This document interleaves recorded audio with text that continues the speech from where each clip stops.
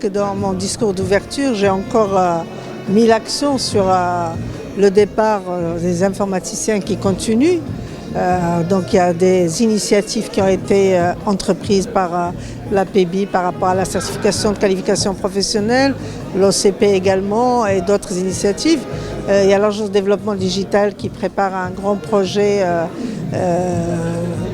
je dirais de digital, formation digitale. On ne connaît pas encore les contours, mais on espère que qu'il va voir le jour rapidement, parce que si on veut justement développer tous ces projets de transformation digitale, que ce soit au niveau du secteur privé qu'au niveau du secteur public, il faut vraiment disposer de ressources humaines qualifiées. D'ailleurs, hier, l'APEBI a tenu un side event spécialement sur les compétences au niveau de l'offshoring.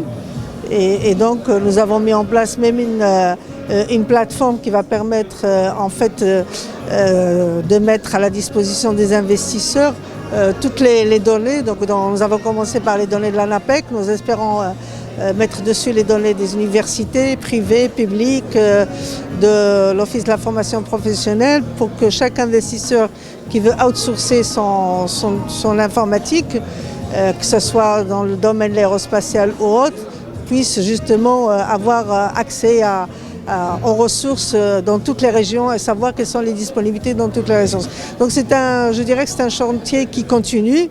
L'APEBI reste mobilisée et l'APEBI reste justement, je dirais, va continuer à faire mobiliser le gouvernement pour accélérer donc la formation des informaticiens. Les ingénieurs continuent à partir, donc il faut qu'on forme beaucoup plus, quoi. Tous ces projets-là dont j'ai parlé, c'est vraiment pour en former beaucoup plus, parce que les turnovers dans les entreprises atteignent à peu près 20%, ce qui pénaliserait quand même les projets. Comme il y a un turnover qui est important, donc je dirais ça remet en cause un peu les projets, et ça peut remettre en cause le choix également au niveau des investisseurs qui souhaitent outsourcer et qui justement cherchent des compétences qualifiées que nous avons au Maroc et qu'on doit savoir garder au Maroc.